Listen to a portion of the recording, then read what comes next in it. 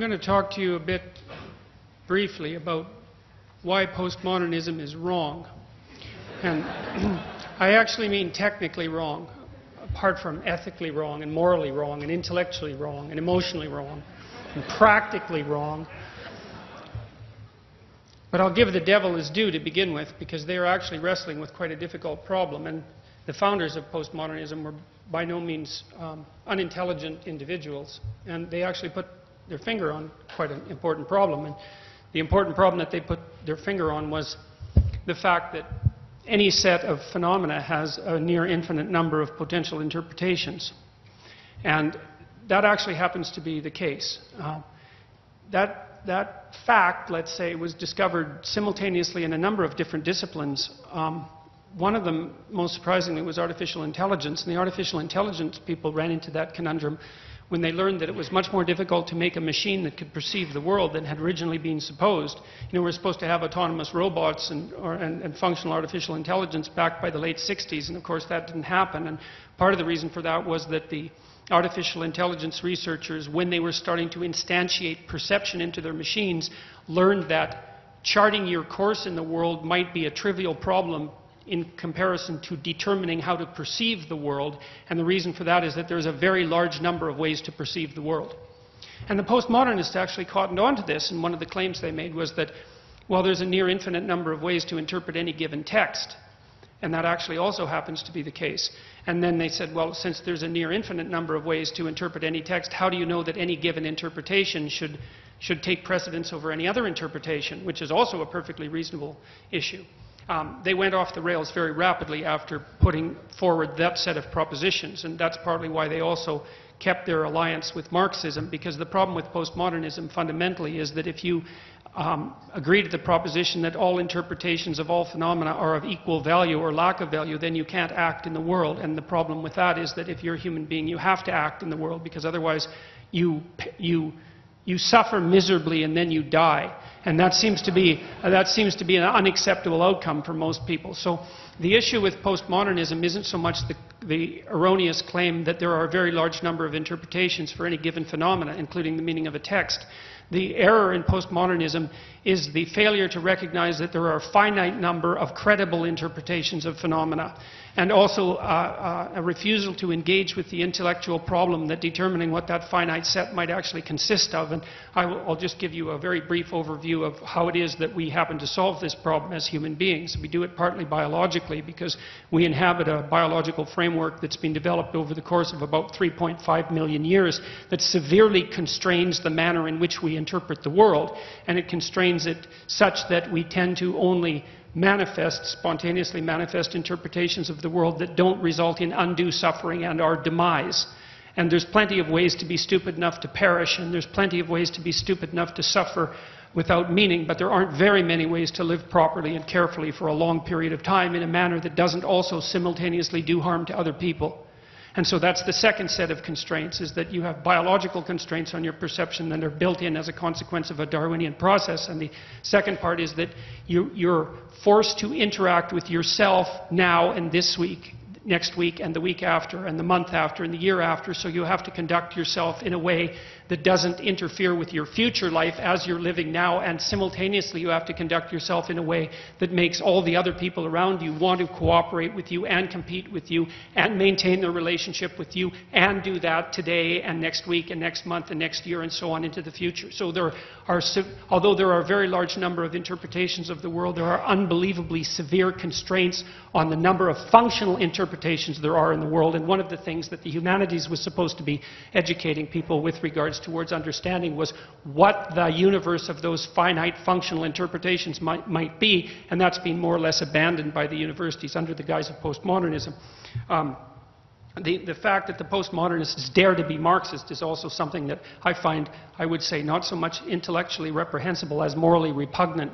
And one of the things that the postmodern neo-Marxists continually claim is that they have nothing but compassion for the downtrodden. And I would say that anybody with more than a cursory knowledge of 20th century history who dares to claim simultaneously that they have compassion for the downtrodden and that they're Marxists are revealing either an ignorance of history that's so astounding that it's actually a form of miracle, or a kind of or a kind of malevolence that's so reprehensible that it's almost unspeakable. Because we already ran the equity experiment over the course of the 20th century, and we already know what the Marxist doctrines have done for oppressed people all around the world, and the answer to that mostly was imprison them, enslave them, work them to death, or execute them. And as far as I can tell, that's not precisely commensurate with any message of compassion. And so I don't think that the postmodern neo-Marxists have a leg to stand on ethically or intellectually or emotionally. And I think that they should be gone after as hard as possible from an intellectual perspective, an informed intellectual perspective. And this is fundamentally a war of ideas. And that's the level of analysis that it should be fought upon. And not only is it a war of ideas, I think it's one that can be won, because I think that especially the French intellectual postmodernists are a pack of, what would you call them? Well, we could start with charlatans. That's a good one. Pseudo-intellectual would be good. Resentful would be another. And then I would also consider them they're highly deceptive in their intellectual strategies, because almost all of them were Marxist student intellectuals, and they knew by the time the Gulag Archipelago came out, and even before that, that the nightmares of the Soviet Union and Maoist China were of such magnitude that they had completely invalidated any claim to ethical justification that the fundamental Marxist doctrines had ever managed to manifest.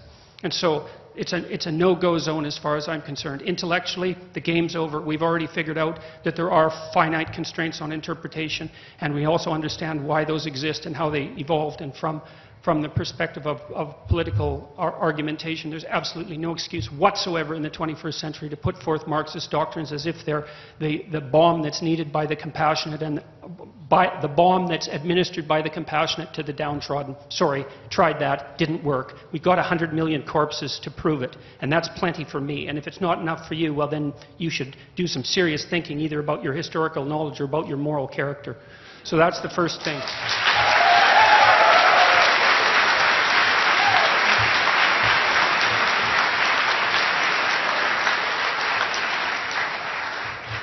Okay, so the next thing is what to do about it. And I thought about a lot of things about what might be done about it, apart from just talking about it, which seems to be reasonably effective. But I thought for a while that it would be useful for the political systems, people who are running the political systems, to consider doing something like cutting the funding of universities by 25% and letting them fight over the remains. And hopefully what that would mean...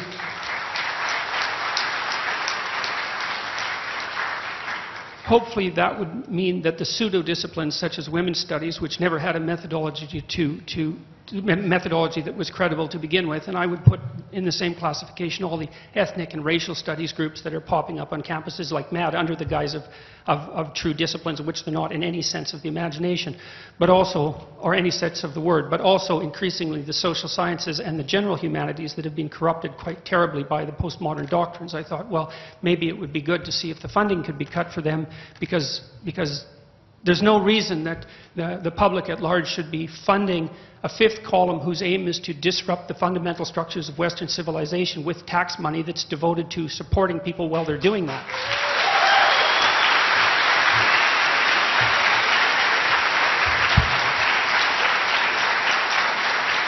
You know, and I'd like to think about that. It'd be nice if that was a paranoid delusion. And of course, when I first started talking about this, the first thing that people thought, and quite rightly, was, who the hell is this crazy professor, and how many things might there be wrong with him? Which is exactly what you should think when someone stands up and says, hey, you know, this system that you guys all think is going really well and that's been going well for decades, there's something seriously rotten about it that you should be paying attention to. The first thing you should think of is, well, what makes you think you're not insane?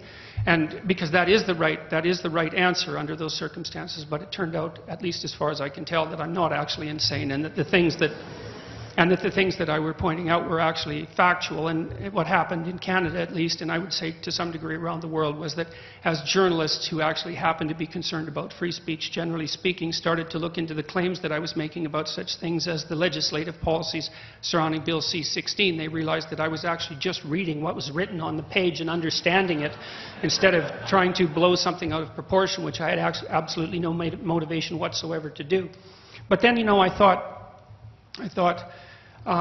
no, you can't have political interference with the universities, because what happens is that you know, you think what happens is that if you arm the politicians so that they can start telling the universities what they can and cannot teach, even with regards to funding, is then that goes seriously sideways very rapidly, and you don't end up with the result that you wanted. You end up with some other result, because you know how it is when you allow one organization to interfere with the autonomous function of another, is that it isn't the people that you want to do the regulating that end up doing the regulating, and the things that you end up getting regulated aren't the things that you want to stop. So that's not a good idea. So I think I have a better idea.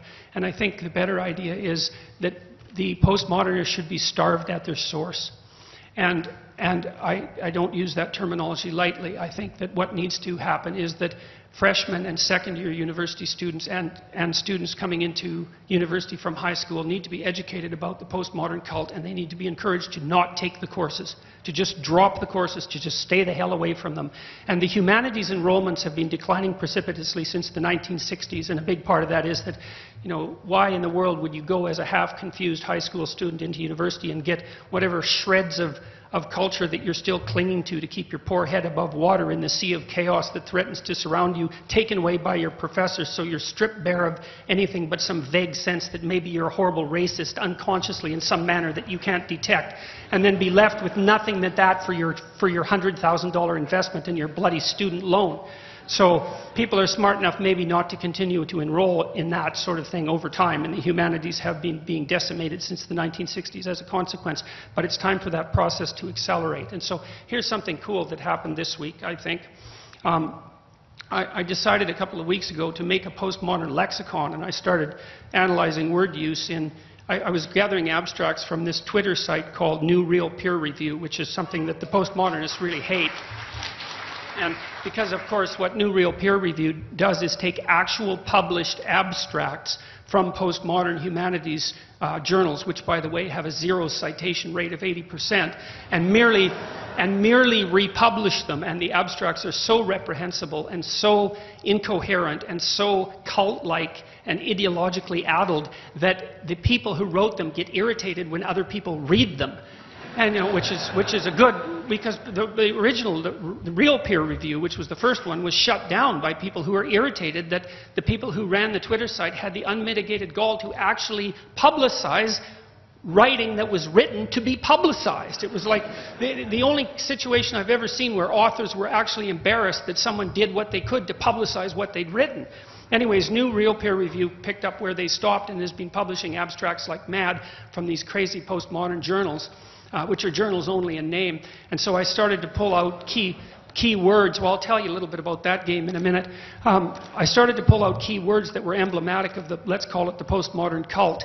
And then I thought I'd generate a questionnaire that parents of university students and late-stage high school students and freshmen in university and maybe second-year students could use as a guideline, so they could look at the course descriptions and check off word frequency from the postmodern list and decide that if the course was part of the postmodern cult, that they should maybe just not take it. But then I got a real interesting email from a guy, I won't tell you his name yet, but who's a computer programmer, and he put together an AI system to parse apart the postmodern lexicon automatically, and he set up a website now where students can feed in course descriptions of any sort, and it will spit out whether or not they're postmodern. And he's...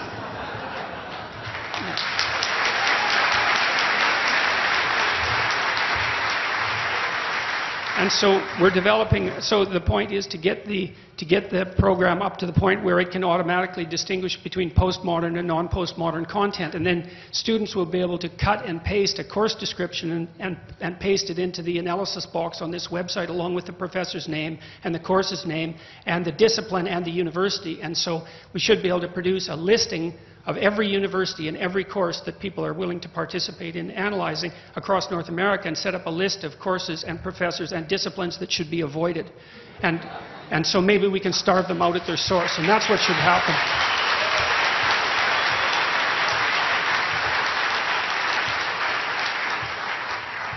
So it has to be bottom up, as far as I can tell, for this to come to an end. And it should come to an end, because the postmodern neo-Marxist doctrine is nothing but a cult, except that it's the sort of cult that doesn't have enough economic sense to run itself out of profit. So not only is it a cult, it's a failed cult. And so it's a cult that has to be subsidized by the public purse in order to exist at all. So that's a pretty damn pathetic cult, because normally, if you're a decent cult leader, you can at least figure out a way to pick the pockets of your victims in a manner that enriches you. So I can't even manage to get that right, which I think accounts for their pronounced anti-capitalist bias, because they haven't been able to transform their ideological doctrine into some way of making themselves spontaneously rich. Although it certainly seems to have done a great job of ladling students with absurd levels of student loans in the United States. It's exactly the point in their life where they should be free to make entrepreneurial decisions and take some risks, which is also something that I regard as absolutely reprehensible. So the universities have figured out how to conspire, in some sense, to pick the future pockets of the students that they're purporting to educate, and they're not educating them, they're indoctrinating them. They're not teaching them how to speak, they're not teaching them how to debate, they're not teaching them how to write, they're not introducing them to the classical wisdom of the Western Judeo-Christian tradition. And that's absolutely appalling, because that's what the bloody institution was there for to begin with, and that's what it's supposed to be doing.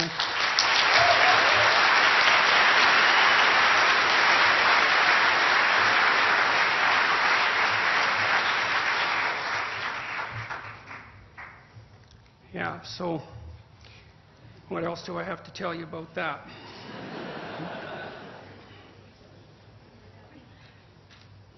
Oh yes, I just have one more thing. I guess that one of the things that was quite curious about was, I'll tell you about two things. One of the things I was quite curious about is the postmodern, say, neo-Marxist insistence that the only true human motivation is power.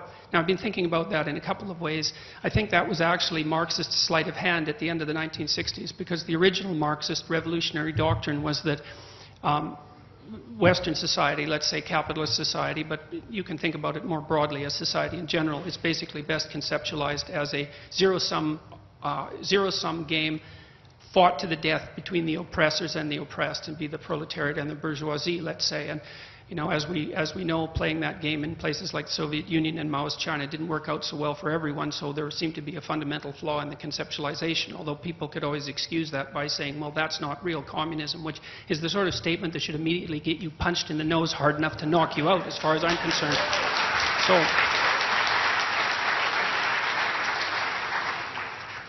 So because the statement like that reveals only one thing, and what it reveals is that if you had been fortunate enough to be in the position of Joseph Stalin, that you wouldn't have been quite the murderous monster that he was, because your moral character is such that you wouldn't have been swayed by access to that kind of extreme power. And if you dare to make that claim, then there's some things about yourself and humanity that you should learn, and you should learn them rapidly before you pose more of a danger to yourself and others than you already pose.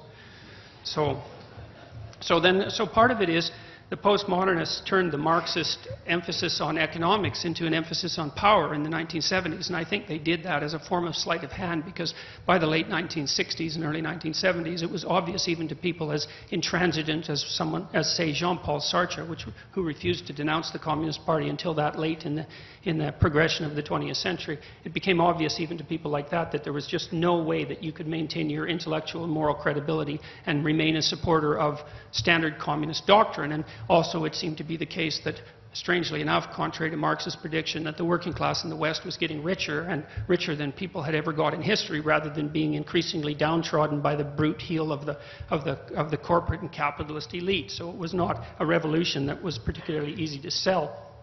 Part of the sleight of hand was, oh, it's not about economic power, it's about oppression and oppressed and oppressor on a broader sense, and that's where we got the transformation into identity politics, which is just the Marxist oppressor-oppressed doctrine under a new guise. And I think it's really tremendously reprehensible for people to be conducting themselves intellectually in a manner that insists that the most important element of any student, or any person for that matter, is whatever racial, gender, and sex identity happens to be flavor of the month. And I think the problem with that fundamentally is, first of all, that those category systems are extraordinarily loose, and they're indefinitely multipliable, you know, because if you take any given individual, there's probably, well, it's the postmodern problem, haha, there we go, it's the postmodern problem, that there's almost an infinite number of ways to categorize any given individual. So how the hell do you figure out which group they belong to? And that's actually a major problem. Like, if you're 1/8 black, what does that make you? exactly?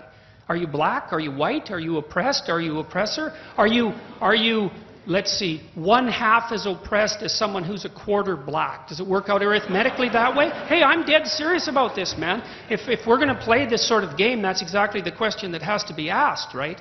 And then how do you multiply up your oppressed identities? And then again, who gets to decide exactly which identity you should manifest? And then how do we rank order those identities? And then how do we equate between them? And what measurement techniques do we use to determine who's oppressed and who isn't? And how do we assess equality? And on what dimensions are we going to assess equality? And who's going to enforce it? And who's going to make the decisions? It's like, oh well, we'll figure that out as we go along. It's like, yeah, we certainly will, and the results won't be pretty, I can tell you that, because the problem is actually unsolvable.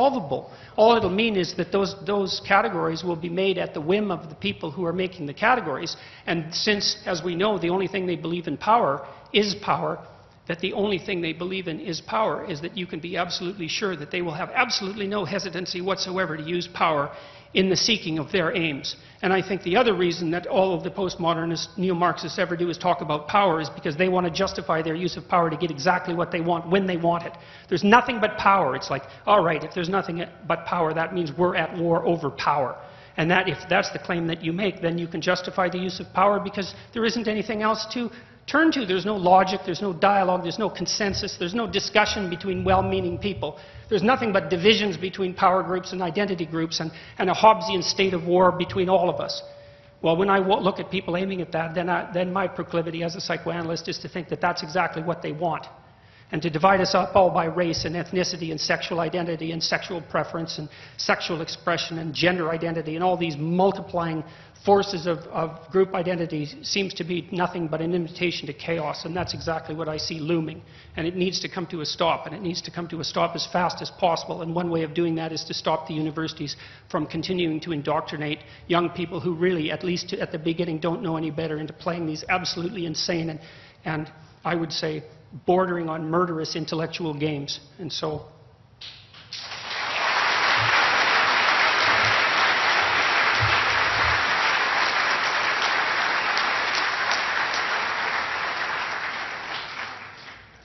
then, I'm going to set up this website and maybe some other ones like it. And I'm going to do a series of videos for young university students and for high school students. And I'm going to tell them that perhaps they don't need to go to university to be indoctrinated. Perhaps they could go to university to learn. And if they want to know the difference between an educator and someone who's merely interested in indoctrination and the production of the next generation of pathetic, whining radicals, then they can use the website to distinguish between people who are credible and people who aren't, and maybe we can drop the damn enrollment in those horrible courses by 75% over the next 3 years and just stop it in its tracks.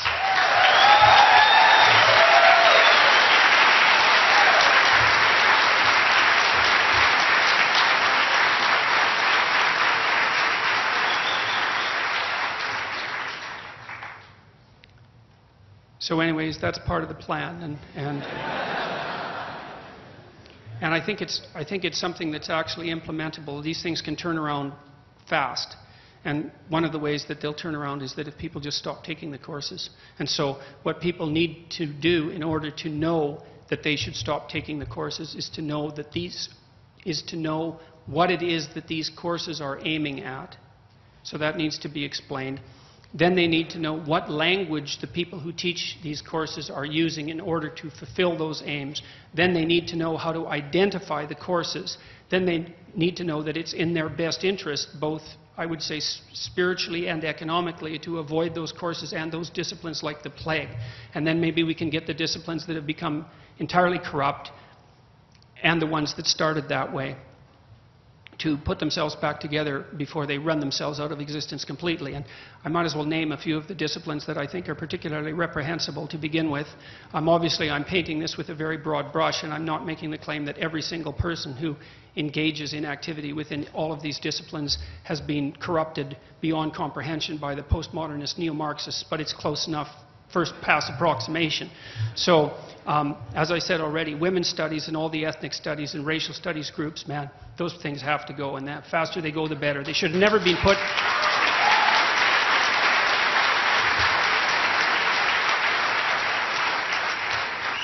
It would have been better had they never been part of the university to begin with, as far as I can tell.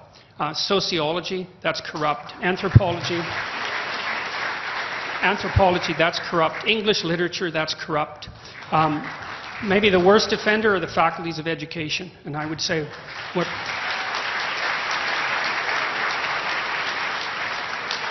I read the recent policy documents of the Elementary Teachers Federation of Ontario, and I can tell you, you can go read it, it's right on their website, is that their plan, and they just say it, I'm not making this up, you don't need any inferences, there's nothing implicit about it, is to reorganize the curriculums from kindergarten to grade 8 so that children are taught to be social justice warriors from the moment they step foot in the public education system. That's exactly what they're doing. Look, I mean, we have social justice tribunals in Ontario. Okay, that's not subtle, in case you didn't notice. To name them social justice tribunals, that's not subtle. And so you see the same sort of language in the ETFO documents, is that social justice is the right way to go. The appropriate thing to do is to train children to follow precisely that pathway, and the best way to do it is to get them as young as possible. It's like, and that's the faculties of education for you, and they're not producing people who are interested in educating children at all.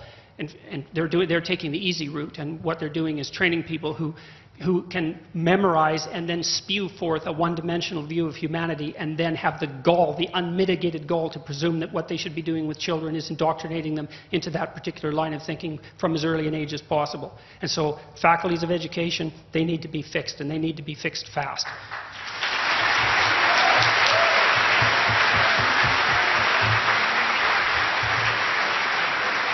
And this is where I'll stop. One of the most shocking things I learned this year is, I didn't really know this, but I didn't learn this till I went to Queen's University, because I went to Queen's University, I was invited there by a group of law students, you know, and I was there, hypothetically, to debate Bill C-16, and the students went to all the law professors and asked them if they would debate me, and none of them would.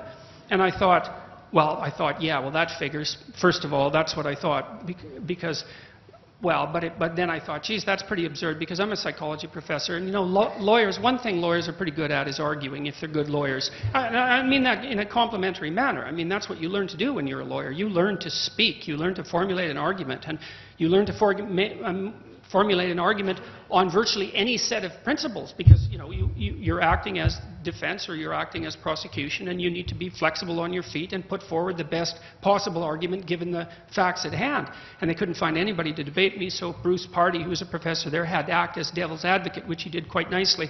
But I thought that was pretty appalling, to say the least, that they were either so ideologically rigid that they wouldn't confront me on their bloody territory. It's like if a law professor from Queen's wanted to come and debate me about psychology, hey, there'd be no problem with that, because that, after all, is my field of expertise. And the fact that a law professor wouldn't come forward and debate me on a legal matter, I thought was just, I didn't even know what to think about that. But one of the things I did learn, and I've really learned this more, is that law has actually become corrupt as well as a discipline. And it's not so much, I know a lot of lawyers and I've worked with a lot, but most of them have been more on the corporate and business end of things. And so, but all the human rights law, all the law that doesn't seem to be attached in some sense to business concerns, has also become corrupt and social justice oriented beyond belief. And the students at Queen's were complaining to me that they weren't learning any law in their courses, all they were learning was social justice propaganda. And so you bloody well better watch out for that, I can tell you, because the people who make your legislation are lawyers, and they're making plenty of legislation that is not in your best interest. And even worse than that, perhaps, it's not even in the best interest of the people for whom the legislation purports to protect, because the bloody legislation and the policies are so incoherent and so badly written. Like Bill C-16, here's one of the things it did. No one knows this, and I can't believe they haven't noticed. You know, the strongest argument that gay people have had for the last 50 years for being included in broader society and, let's say, tolerated, so to speak, or welcomed for that matter, is that it was a biological phenomena. You know, and I'd say the evidence for that isn't overwhelming, but it's certainly suggestive. It's like Bill C-16 has eradicated that, because it's predicated on the presupposition that there's no relationship, that the relationship between biological sex, gender identity, gender expression, and sexual proclivity is independent. They blew out the structure that enabled them to make the argument for for pursuing the rights to begin with. And so if I was a good, hateful, right-wing radical and feeling rather anti-gay in my orientation, let's say, I might say something like, oh, I see, it's just something you learned, is it? Well, how about you unlearn it? And if it's just your whim, well, then why should I put up with it at all? And that's actually written into the damn legislation now. So So watch the lawyers, because they're being trained as social justice warriors, and they're producing incoherent bits of legislation that are going to produce a tremendous amount of problems as they roll through the legal system. So anyways, in closing, the closing is,